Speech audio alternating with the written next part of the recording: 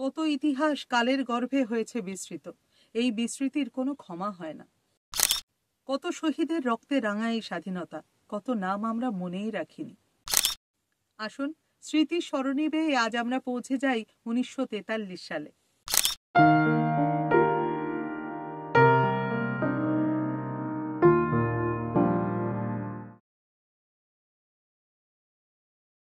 ভারতবর্ষের স্বাধীনতার বয়স আরও একটি বছর বাড়ল। কত শহীদের রক্তে রাঙা এই স্বাধীনতা, কত নাম আমরা মনেই রাখিনি। কত ইতিহাস কালের গর্ভে হয়েছে বিস্মৃত, এই বিস্মৃতির কোনো ক্ষমা হয় না। এই বিস্মৃতির সার্বিক দায় এক ও একমাত্র আমাদের। আজ এই ভিডিওর শুরুতেই প্রণাম জানাই সেই সকল শহীদদের যারা যাদের প্রাণের বিনিময় দিয়ে গেছে আমাদের স্বাধীনতা। আমাদের অশেষ সৌভাগ্য আমরা জন্মগ্রহণ করেছি এই স্বাধীন দেশের মাটিতে।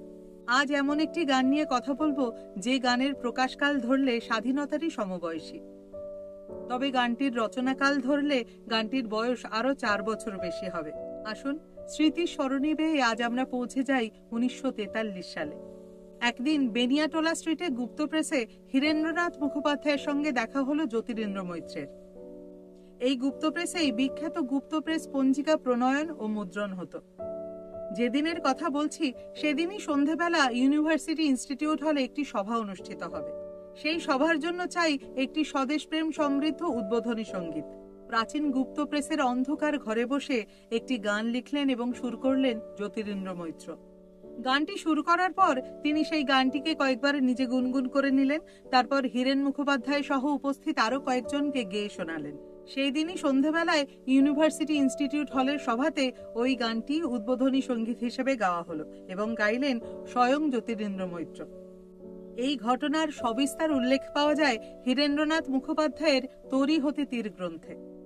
এরপর 1947 সালের 15ই আগস্ট আসে স্বাধীনতা। তার ঠিক কিছুদিন পরেই অর্থাৎ সেপ্টেম্বর মাসেই এই গানটি কলম্বিয়া রেকর্ড থেকে প্রকাশিত হয়।